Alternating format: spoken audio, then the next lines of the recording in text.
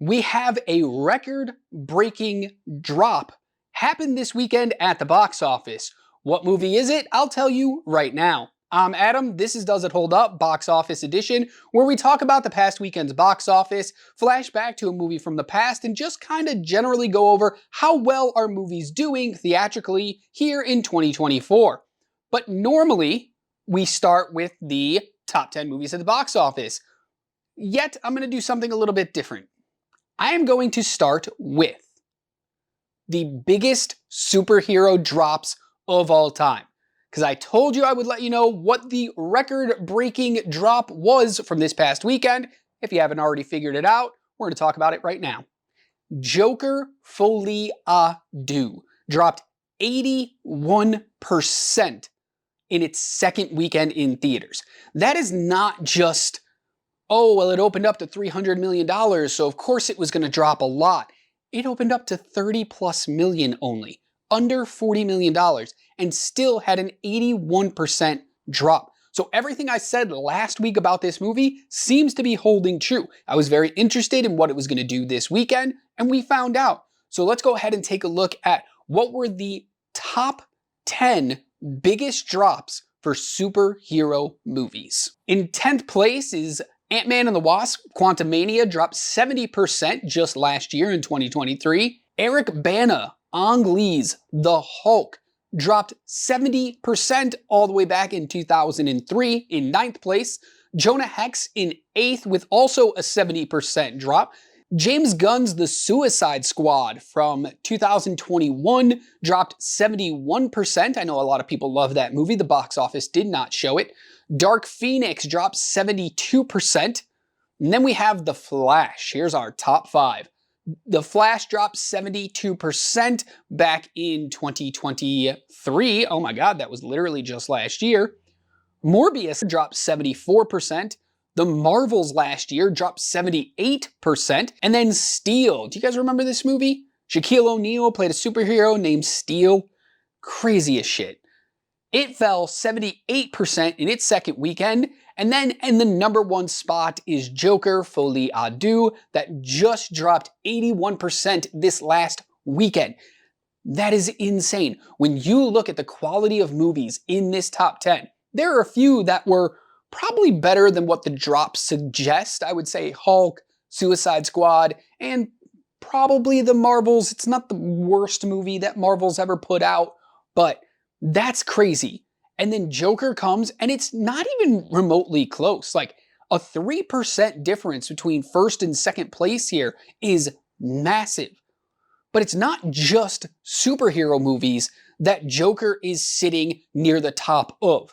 So I went through and I looked at every big release that came out in 2024 to see where Joker's drop landed in that too. So that's what we're going to look at now because, yeah, amongst a bunch of bad superhero movies, it dropped the most, but there's so many bad movies out there, movies that just didn't perform well in theaters. How does Joker fall among all of those? So here's the movies from 2024 that dropped the most. In 10th place is The American Society of Magical Negroes, a movie that I don't think many people remember, but it was a good movie. I enjoyed it quite a bit when I checked it out. It fell 67%. Maxine, the trilogy ending Maxine, fell 69%. In a Violent Nature fell 70%. Summer Camp, 71%. Borderlands fell 72%, which is still better than Joker did just this past weekend. In 5th place was Megalopolis with a 73% drop. 4th was Afraid, a movie that nobody even remembers coming out this year. Also fell 73%. Russell Crowe's The Exorcism falls 76%. Joker was not the biggest drop of 2024. It comes in second with an 81% drop. And Boy Kills World, a underrated movie. I enjoyed it when I saw it. I don't think it was going to blow the doors off of anything, but it was a lot of fun. It did not do well. It fell an impressive 85%. So Joker sits among the worst of 2024 in terms of second weekend drops and is the top of the pile when it comes to superhero movies and their second weekend drop. And I didn't look at just Marvel and DC, the more recent things. I went all the way back. I was looking at every superhero movie that got a theatrical release, and it still sat on top. You might have thought Howard the Duck did worse. It didn't. It held 43% in its second weekend. What was it about Joker that made everybody walk away from it in its second weekend? Couldn't tell you. I saw it. I absolutely hated it. But at the same time, I hated the first movie, and everybody went gaga for that one. No pun intended.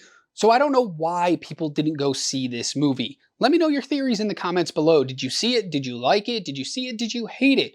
All right, let's move into the regular proceedings of the show, where we talk about the top 10 movies over this past weekend at the box office. Domestic. The number one movie this past weekend was Terrifier 3. Art the Clown was back to terrify people and commit some grisly acts. It made $18.9 million in its opening weekend. Very good for such a low budget movie.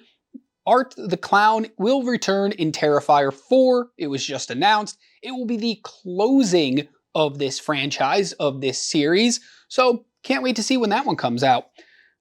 In second place in its third week was The Wild Robot, staying in second with another $14 million, a 26% drop, $84.2 million overall. That's a strong hold for this movie. Beetlejuice in third place in its sixth week made $7.3 million, 28% drop, but it's cleared $275 million domestically. Joker, Folie à Deux is in fourth place, making less money than Beetlejuice did in its sixth week. Just think about that a little bit. Joker only made $7 million, that impressive 81% drop. I guess unimpressive 81% drop. And it's only cleared $51 million. The last movie opened up to $96 million in its first weekend. After 2 weekends, this movie can only barely get past 50% of that. Something weird happened here, and I'm not sure it was just because it's a musical. In fifth place is a movie nobody asked for, Piece by Piece, the Pharrell Williams story told entirely with Lego. For some reason, it made $3.8 million. In sixth place is Transformers 1 in its fourth week with $3.7 million, a 30% drop, and it's just under $53 million overall. Saturday Night comes in seventh place in its third week with $3.4 million, and no, that is not a typo. It had an increase of 1,155% because it went from very limited release to a wide release. This is how that strategy pays off. You build a little buzz for a movie, you put it out into a few more theaters week after week until opening it up to many more people, and you will see a drastic increase in people going to see it because of the buzz surrounding it. In eighth place is another new movie, My Hero Academia, the movie, You're Next, with $3 million.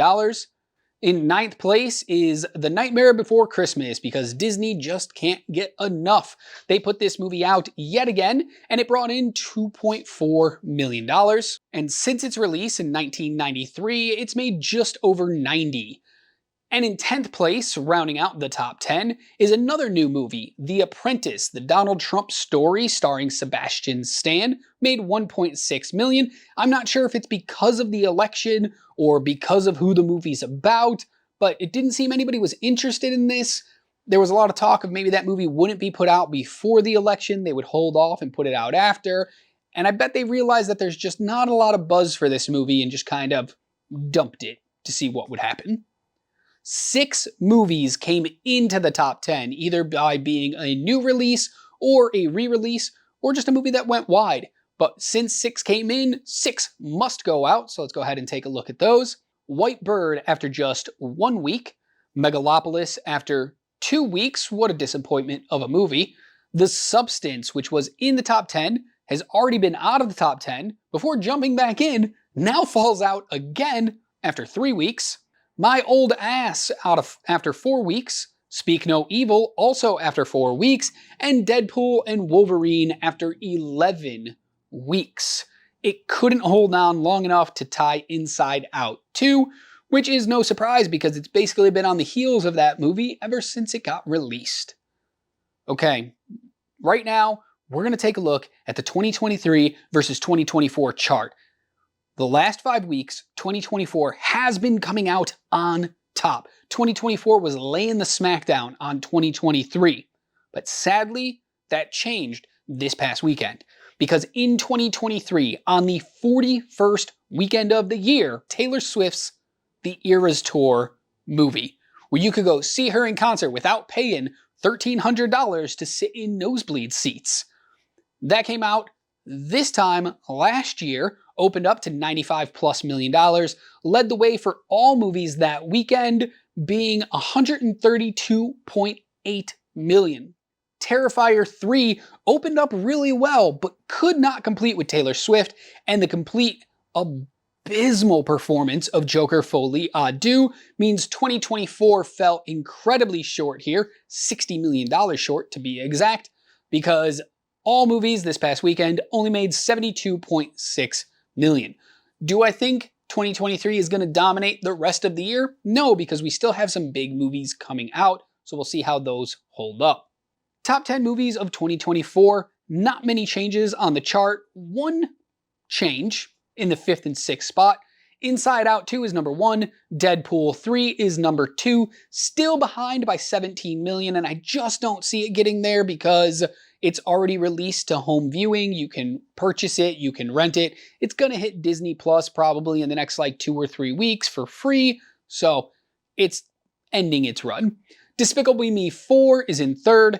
Dune Part 2 is in 4th place with 282 million, but will it stay there? Because the change that we have is Beetlejuice jumps into that 5th spot with 275.9 million.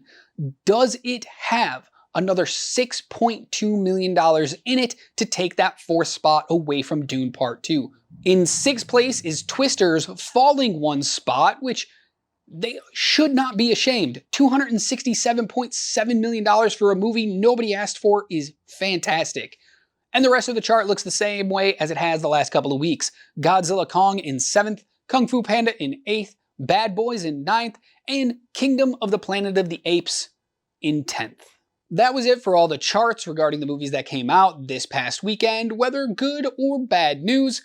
But we're going to end the show the way we always do, with a flashback to the past.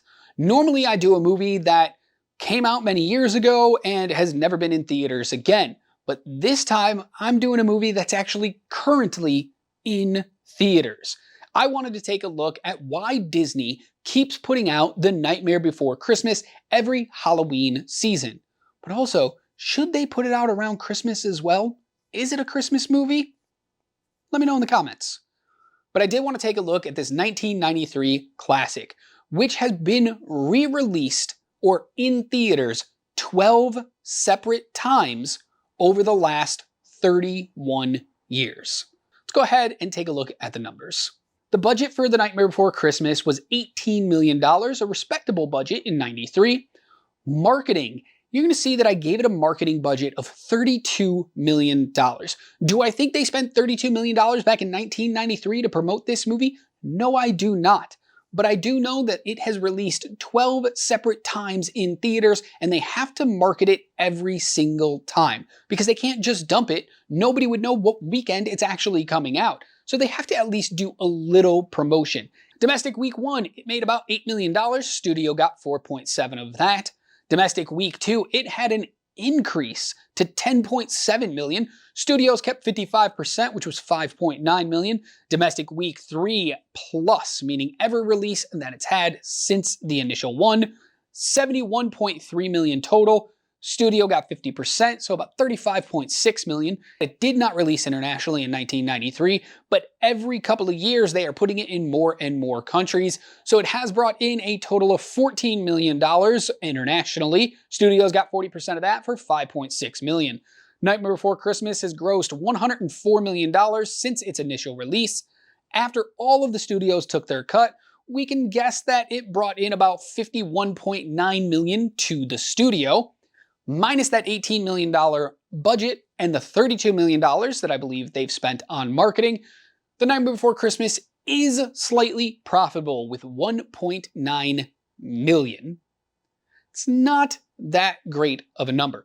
This movie did gangbusters on home video. Everybody I knew growing up had this movie on VHS, then DVD, then Blu-ray, then 4K.